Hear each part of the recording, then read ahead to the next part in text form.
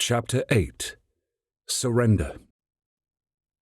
The moment Valerius walked into the shop, a man, or rather a roly-poly ball with arms and legs, with a balloon animal that suspiciously looked like a black dragon on his head, waddled up to him. Valerius frowned at the balloon animal, as the man was half his height and his face was a foot beneath the balloon. "Wally!" A young woman who was hiding her face behind a wall of hair hissed, "The hat! Take off the balloon hat!" Wally looked startled for a moment before he removed that hat, which squeaked as he took it off his bald head. The young woman took it from him and tossed it behind a rack of hoodies that had werewolves printed on them. Wally cleared his throat and did an awkward, stiff bow. "King Valerius! We are so pleased to welcome you to Wally Nuts' Emporium of Rare and Exotic Goods. As you can see, we are very into, Making money off its image? The young woman offered out of the corner of her mouth. Wally gave her a sharp look. "Landry, we are very into you. Honoring you. Yes, honoring you, King Valerius." He gestured towards piles of black dragon plushies. Shione had already picked one up and was smiling at it. She cuddled it against her cheek and said brightly, "Oh, Valerius, they are so cute and soft. I totally must get one." Valerius's lips compressed into a tight line. Raziel looked at them with little interest. It could not connect how that soft bit of cloth and its huge form were at all related. It curled in his chest, a huff of smoke leaving its nostrils as it settled. It did not sense the white dragon shifter here. He scanned Wally and Landry. There was nothing about them that smelled of dragon, and neither matched Captain Ngoi's description of a young man. "Of course, he is no longer here. Coming back here would be almost as insane as going home. But these people will know his name and his personality. We can learn much from them." "If you'd like them, one is only $19.95. Wally brightened. The young woman elbowed him. But for you, we'll give you the special price of—" "Ow! Landry!" She'd elbowed him again. He rubbed his round stomach. "You can have it for free, of course." "One would hope so," Simi said coolly. "I do not believe that King Valerius has licensed you to sell his likeness. Has he?" The claw captain lifted up a T-shirt with Valerius's grim, if handsome, visage, with a stylized dragon circling his head on it as if an exhibit. Wally swallowed, and a hand crept up to the collar of his Dragon King Valerius T-shirt. He tugged at it and went distinctly sweaty, but Valerius cared little about such tchotchkes and chintzy souvenirs. "This is not what we came here to discuss." Valerius's voice was low, but it broke through the idle conversation. Wally looked stricken again. Even the outspoken Landry seemed to turtle in on herself. "Why are you here? Not that we mind. Happy to have you here. Maybe you could even sign some of the mugs." Wally grabbed a mug with a black dragon on it and held it out to Valerius hopefully. He only lowered it when Valerius stared at him hard. There was a ting of the bell above the door as Captain Ngoi strode in. She was only a shade over 5 feet, and like Simi, was not the usual werewolf shifter, but was instead a lion shifter. Her highly logical mind had placed her in leadership position after leadership position until she had reached captain. He knew she would go higher, but needed more age before that would happen. She was holding a tablet. She marched up and bowed low to Valerius. "No need for that, Captain Ngoi. You have brought us the image of the young man we are looking for." He extended a hand to her. She rose gracefully and handed him the tablet after unlocking it. What appeared on the screen was a rather grainy black and white image of a young man exiting the shop. Raziel leaned towards the screen, black smoke pouring out of its nostrils, remembering its prey. Valerius's feelings were strangely muted. This could be anyone, but it was supposedly the white dragon. Another dragon, like him. "He is so young. Like any man in his 20s, finding his way in the world, and to have the world utterly change on him in a moment. With his fingers he enlarged the young man's face, but the image was so low resolution that the face became almost indistinguishable from a blur of black, white, and grey pixels. He undid the enlargement and turned the tablet towards Wally. Even before the screen was turned, Wally and Landry were tense. When they saw the young man on the screen, Landry practically jumped. Wally was swallowing convulsively again. Kaden, is he okay? Landry asked. Her pudgy, pale hands came together in front of her black shirt. They reminded him of starfish in the dark sea. Kaden, that is his name. We will crush this Kaden. Raziel growled. He is young, inexperienced, unable to stand before us. We will do nothing of the sort. Keep calm. You will do nothing without my approval. Valerius snapped. Can you tell us what he was doing in Dragonstrike Square? Shione asked softly. She had 2 plushies in her hands now. One was pressed against her left cheek while she was rubbing her chin with the other one. He was selling werewolf hoodies and talking to his sister on his phone, Wally said, and his expression became wretched. I should have told him to stay in the store to make his call, but I thought... He didn't finish the sentence. What was there to say? It wasn't that none of them had thought there could be trouble. Both of his claw captains had been on high alert. The square had been flooded with police and other security, yet a bomb had been placed. What is his full name? Valerius asked. Kaden Bryce. Wally answered. The name was pleasant, and Valerius could almost imagine it tripping off his tongue. But he has not come back since the bombing? Captain Ngoy confirmed. Wally shook his head. No, he went out just a minute or 2 before the commotion started in the square. And like I said, he was just selling merch and talking to his sister. What is his sister's name? And will also need an address. Captain Ngoy whipped out another small tablet and pen to write it all down. Wally's dark eyes flickered among all of them, and understanding dawned on him. Kaden had no part in this. He's a wonderful kid. There's no way he'd set a bomb. He couldn't have. He didn't have anything but werewolf hoodies in his hands, and...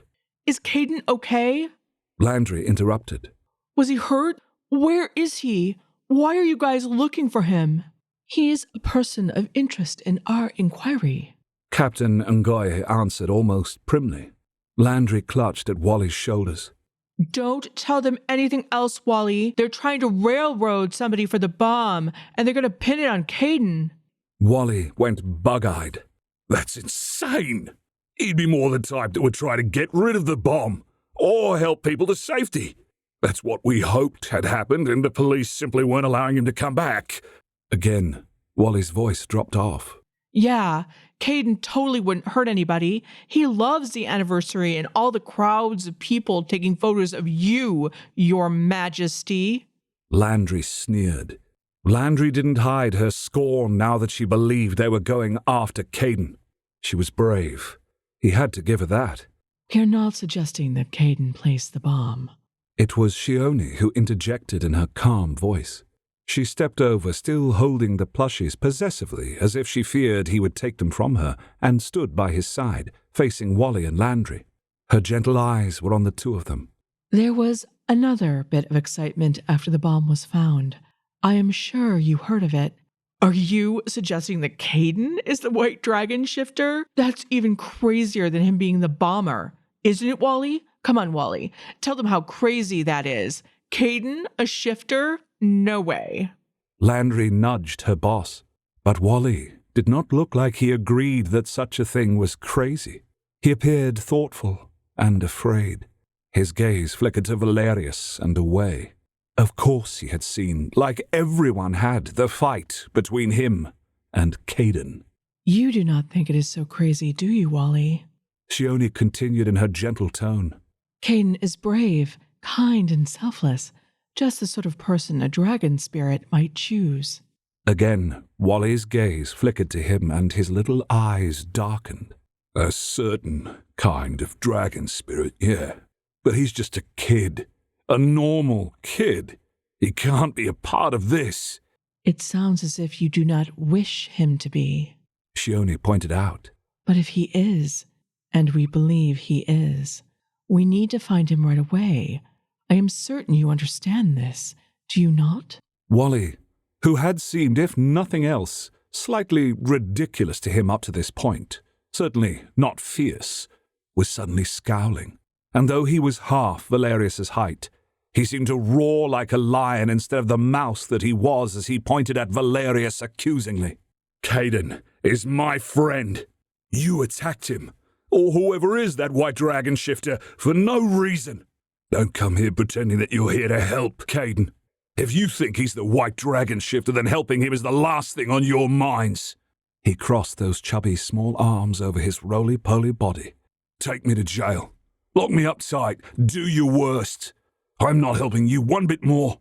And those plushies are 25 apiece plus tax for you, lady. Wally then clamped his lips shut. Valerius wouldn't have been surprised if he had made a key-locking motion and had thrown the imaginary key over his shoulder after that. He didn't, but his expression said it just as well.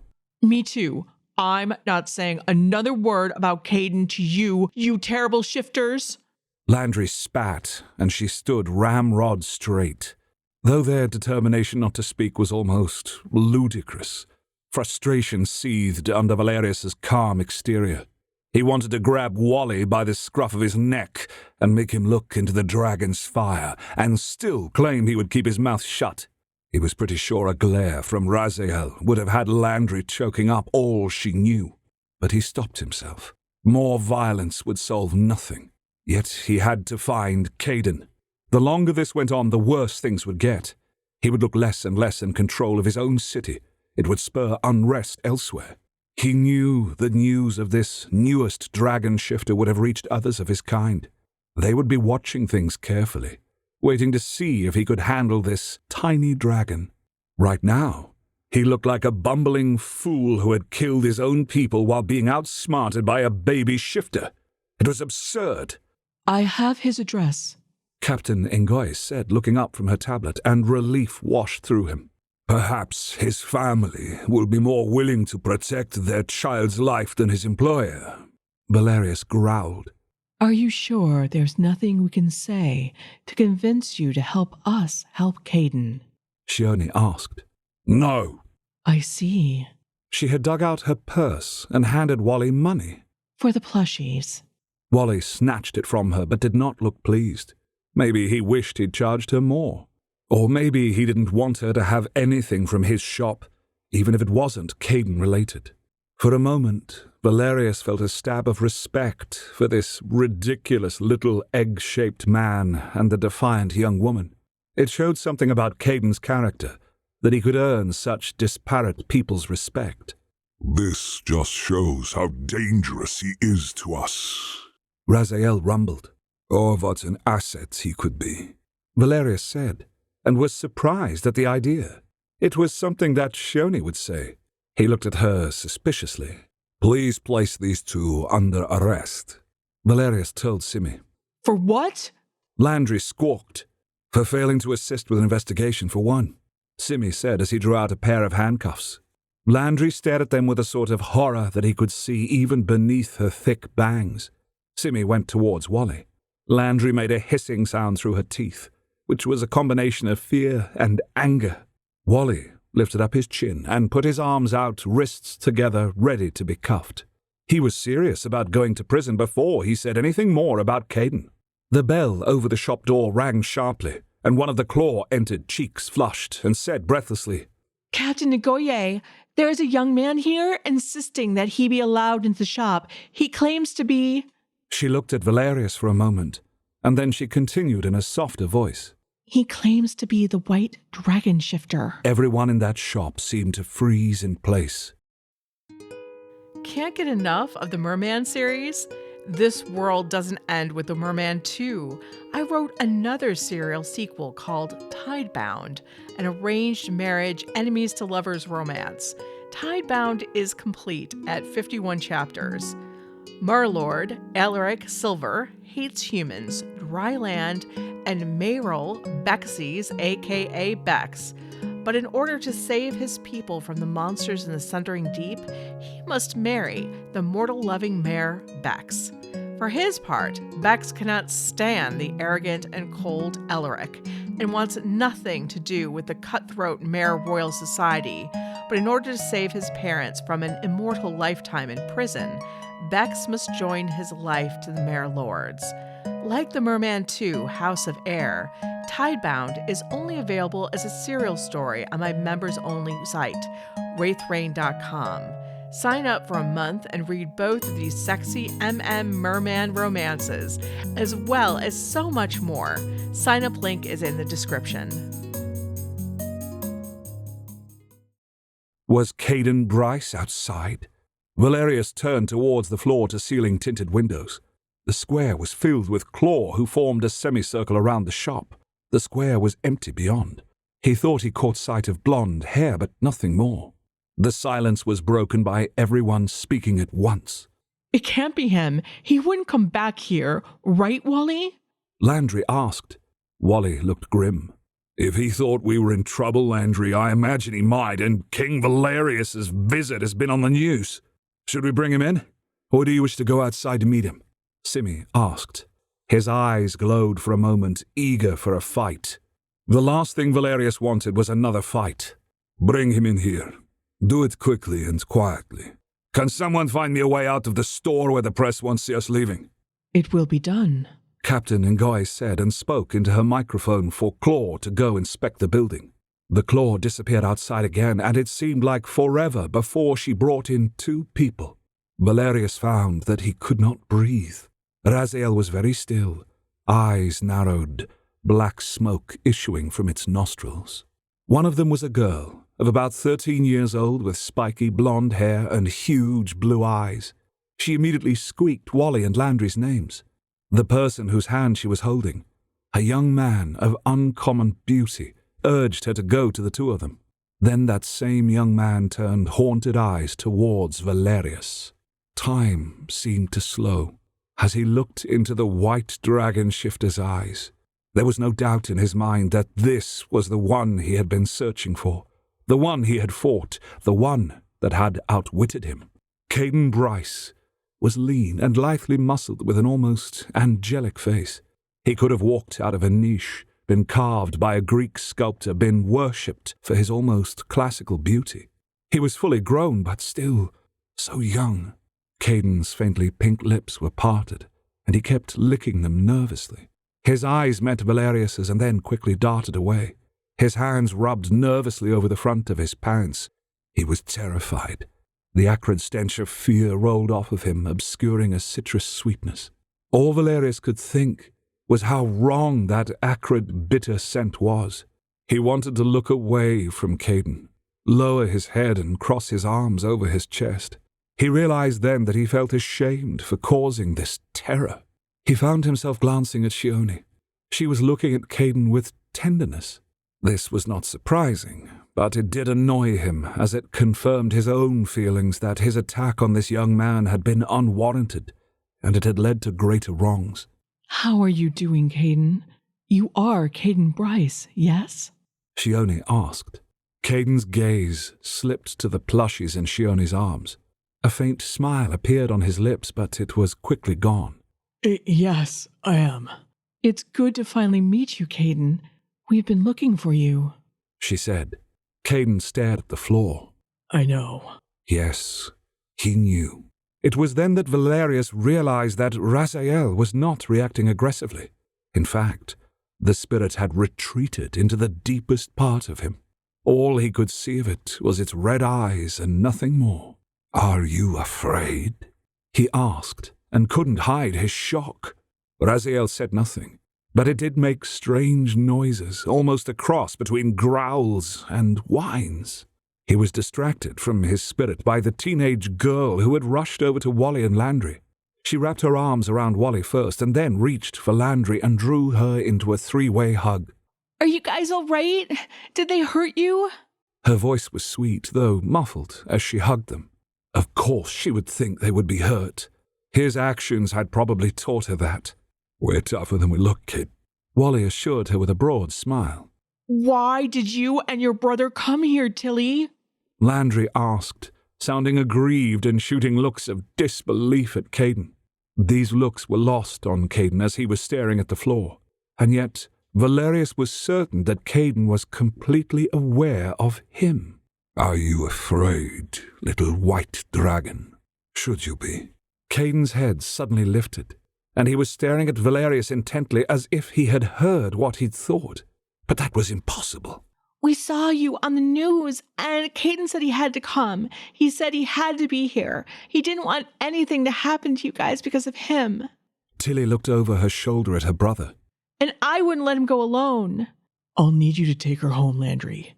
The stew's on the stove, and it's going to burn. Kaden said nonsensically. He let out a sharp laugh as if he knew how ridiculous that sounded. Not that it matters much right now. Dinner at home. That was said with such longing that it hurt to hear. Home. Wanting to go home again. I remember that. But you cannot go home again after the spirit finds you. His spirit was still hiding in darkness and watching Kaden like a hawk. Valerius wished he had the mirror here that was in the throne room. He would be able to see Kaden's spirit. He wondered if that spirit was hiding as much as Raziel was. Please, Kaden said to him.